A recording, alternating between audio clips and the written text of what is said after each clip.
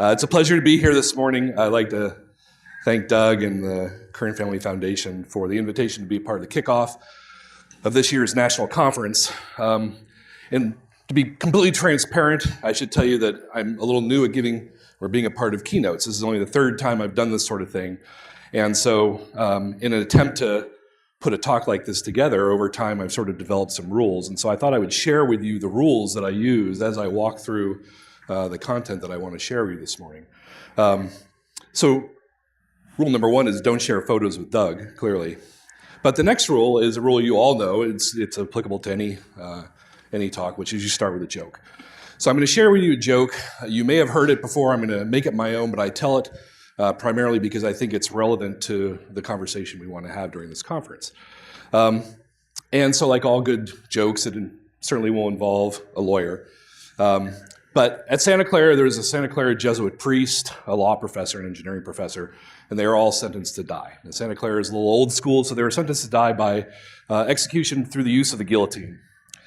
And so the day of the execution, the Jesuit priest steps up and puts his head into the guillotine. The executioner pulls the lever, down comes the blade, and it stops just inches above the neck of the priest. The priest looks up and says, "It's divine intervention, and because of the will of God, you must let me go." And so they release him, and he leaves.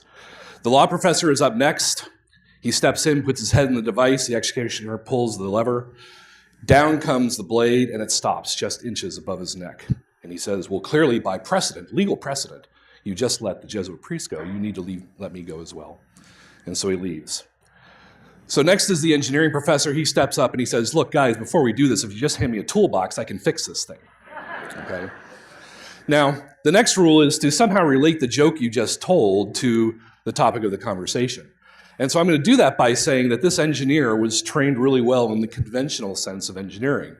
This particular engineer was good at solving a problem, in this case, the offer to fix the guillotine.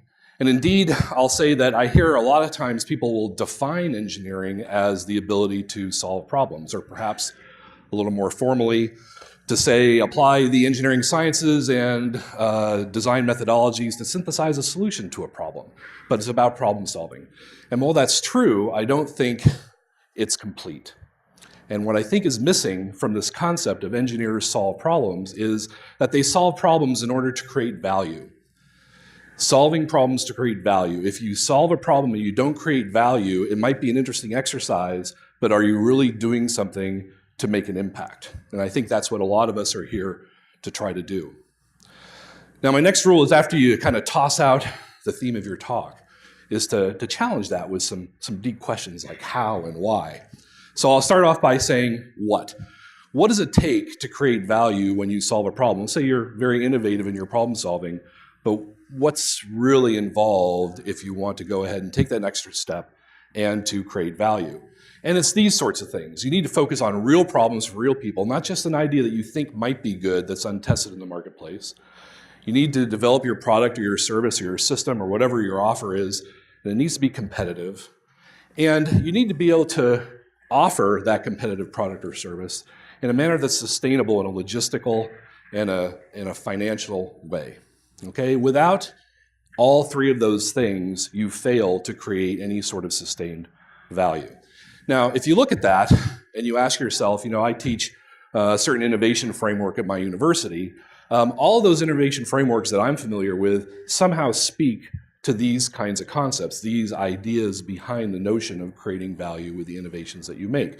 The design thinkers will say, "I love all that, and in fact, I really want to focus on that first point, because I think one of the big problems we have is the lack of empathy for the people we're trying to serve. So I want to have deep empathy for my customer, and I want to be able to really understand what their needs are." Those of you who subscribe to lean development will say, "Well, I like that too, and in fact, I'm going to tell you that the problem you think you're solving and your customer and the product you're going to offer, you're not going to be right the first time. And you're going to have to develop those things sort of together in a customer discovery process that's going to take a number of cycles. So just be aware of that." The business model canvas people, those of you who teach that, will say, "This is all great. In fact, what we offer you through our canvas is a way to figure out how all of that works together in order to create sustained value." Now, we teach all three of those innovation frameworks at Santa Clara, and I know a lot of you do that as well. But the framework I like most, the framework that I believe is most comprehensive and in some ways subsumes all of those other three, is the Keen framework.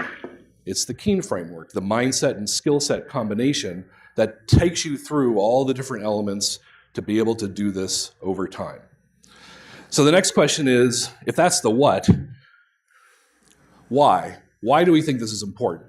Now, I'm going to assume that this is sort of a premise for all of us walking in the room, but just to make sure we're all on the same page, in my mind, value-creating innovation is critical to society for these three reasons. It improves our day-to-day lives with the things that we do to labor-saving devices and things that offer us conveniences in our day-to-day life.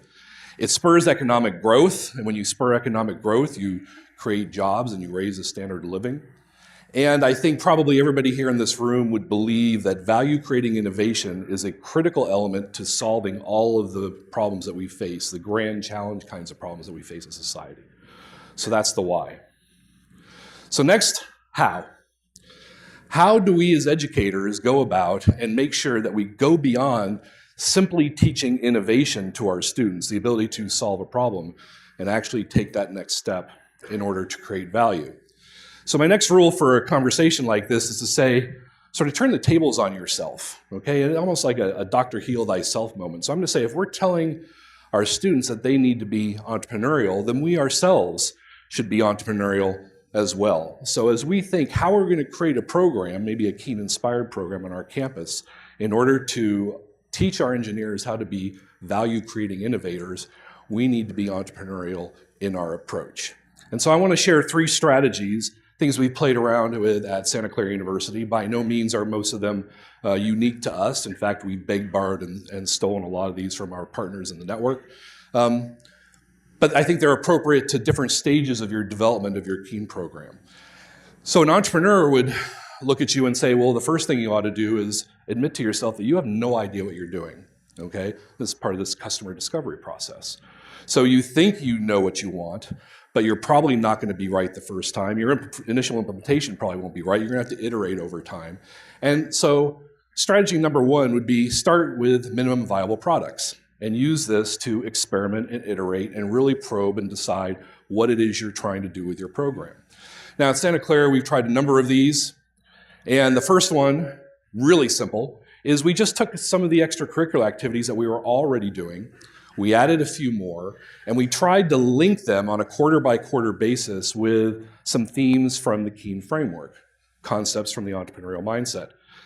That worked pretty well. We built up a pretty vibrant program. We're on a 10-week quarter schedule, and we have 8 to 10 of these activities every single quarter.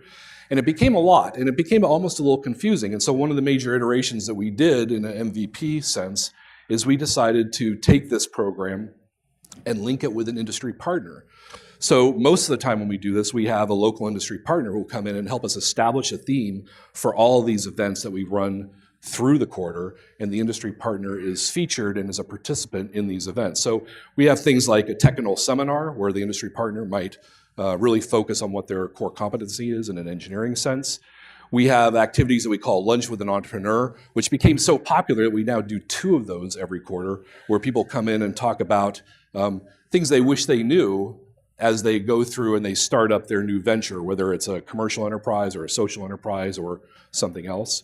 We have corporate tours, we have a mentoring reception, a movie night, an industry panel, club activities, and usually an innovation-themed extracurricular design challenge. And these all are linked with the entrepreneurial mindset and usually with an industry partner. So that, in my mind, is a really simple thing that you can do that really leverages stuff that you're already doing, and you can play around with the ideas of what it means to implement a Keen program at your university. Another thing that we've done was we responded to one of the demands of our students. We had a lot of engineering students who were saying, boy, I'd really love to take that intro to business class. It already exists, but I simply can't fit it into my schedule. And I think all of you are facing this issue of an engineering curriculum that's really packed, and how do you fit in this extra content? And so all we did as an experiment was we took the intro to business class, again, it already existed, and we just broke it into 3 one-unit classes. It took almost no effort because the content was already developed. We already had professors and lecturers who were lined up to teach this content. But now an engineering student could fit this in on a single unit by unit basis throughout their curriculum. And these seats filled. We had, when we first started this, there was no real reason for a student to take it from a curricular point of view other than their own self-interest, and we were filling all the courses. We've grown this based on the popularity of the program, and after we did sort of the low-hanging fruit of things like splitting up courses that already existed, we started adding courses that spoke to the themes and the skill sets of the Keen framework. So we added, actually over time, a 2-course sequence in opportunity recognition. We have a course in business modeling. We're developing a new course to be offered next fall in customer ethnography. And so these are ways to explore interesting Keen-related concepts, and you can do it sort of in a very low-profile way. The 1-unit format, at least at Santa Clara, was sort of flew below the radar, so no one really would object to it, and it made it really palatable for students to get involved and to explore these concepts. The third MVP that we did was something that at Santa Clara we call our Pathway program. Now, I've spoken about this before at previous conferences, but this is sort of a weird beast, but very simple in implementation. The idea of the Pathway program is that you define a set of courses, and courses that will span the university. A pathway theme is not a major, but it is a theme that you ask students to explore from different disciplinary perspectives. And the themes can be a little esoteric, so they can be things like beauty or social justice or democracy. There are 24 that are actually defined within the university for our undergraduate curriculum. And we created one in the area of design thinking. We were trying to get closer to entrepreneurial mindset, but we have an entrepreneurship program, and this has to avoid anything that's defined as an official program. So we chose design thinking, and this allowed us to have our students explore courses from probably 24 departments across the university. We have probably 75 to 80 courses that are part of this, and they can select courses from this list.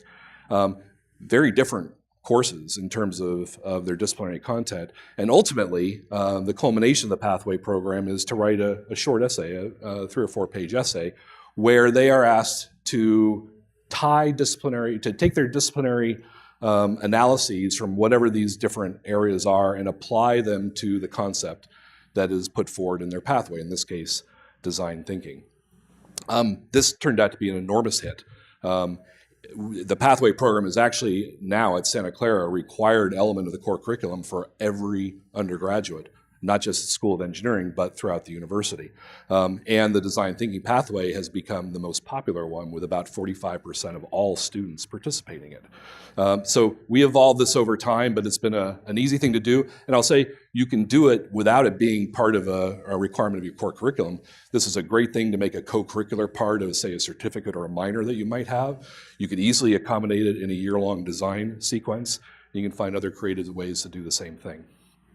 So the second strategy that I want to talk about is once you're done exploring and doing MVPs, if things are going well and you really want to sort of make this a main part of your program, you're going to want to be exploring things like minors and programs that are cross-cutting throughout your university. And to do that, you're really going to need to depend on a good cohort of people who are all like-minded, and you need to build a shared vision.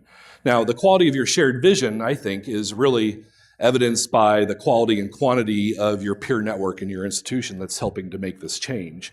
But over time, as you build that level of interest will find its way into sort of strategic documents, okay, into things like mission statements.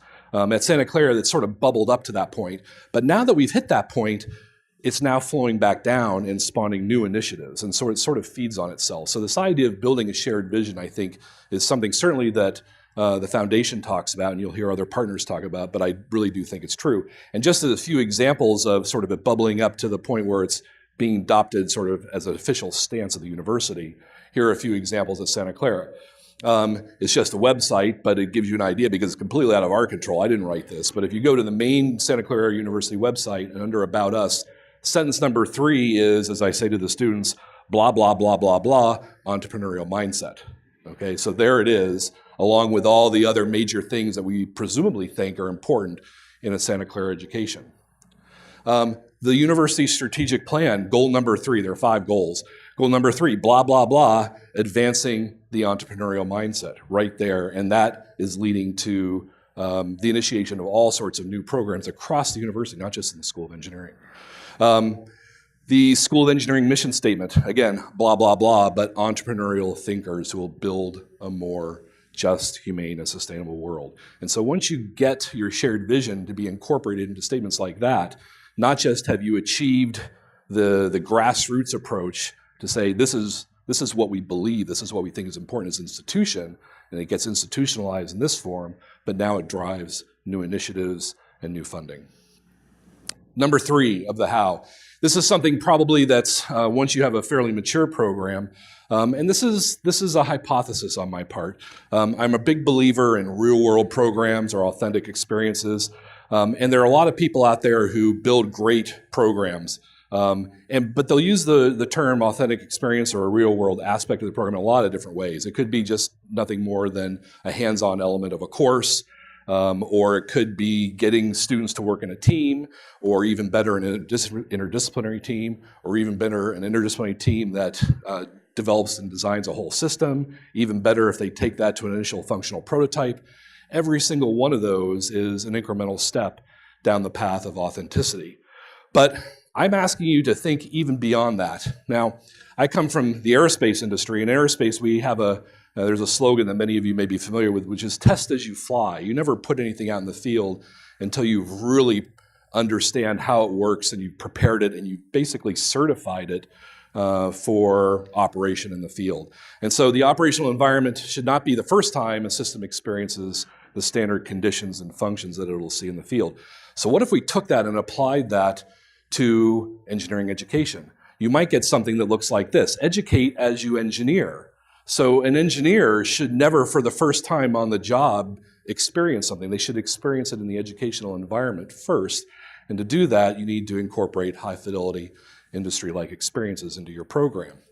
Again, this is beyond just simply making a functional prototype. Now, this may not be for you, and there are risks involved in doing this. And if, for those of you interested, there's actually a workshop later this morning that will talk about this. But imagine a program where you don't just do an initial functional prototype, but you actually release whatever it is you're building, a version of that that's used in the field long-term by your customers, and maybe in quantity. Beyond that, imagine that it's only funded to the level of the value it provides. It's not funded because it's an educational project, and every educational project gets a certain amount of money. So whether the value is $10 or $100,000, you size your development budget accordingly. Imagine turning that and establishing a sustainable enterprise, a little mini business, if you will, that is capable of churning out this product and providing the service over time, and your students run this. And not only do they experience the engineering that goes into it, but how to implement the engineering in a functional business model. And even beyond that, imagine doing it where they have to compete and involve in a real-world marketplace. Okay, we talk about industry engagement. I know no higher fidelity way of having industry engagement than actually engaging industry as a peer in their own market, being an industry partner truly on your side as well. So those are my 3 strategies for things that you can do at various aspects of your KEEM program implementation. And I'm at the end of my time, and so I have one more rule, which is, try to share a deep thought that summarizes what you've talked about. And I was searching for a deep thought, and I thought, well, is there something I could say, my own quote, or could I quote somebody famous like Steve Jobs or Ben Franklin or Aristotle? And I was searching and searching. I couldn't find the right thing. And I swear to you, this is a true story. Yesterday, traveling here in the San Francisco airport, walking down one of the whatever you call it, the things to get on the airplane, there were these digital signs. And there was my inspiration on a digital sign in the San Francisco airport. And it said the following: innovation is a renewable resource. So if you buy products from the company VMware, this is from one of their advertisements. And I got on my knees and I said, thank you. The wisdom of the electronic billboard has spoken to me. Innovation is a renewable resource, and it gets renewed every single time we graduate an undergraduate engineer. And we are the curators of that resource, and it's important for us not just to make them be good innovators, but for them to be innovators that can exploit the power of innovation in order to create value. And I think that's what the KEEN program is really all about. So with that, I leave you. Thank you very much, and I hope you have a good conference.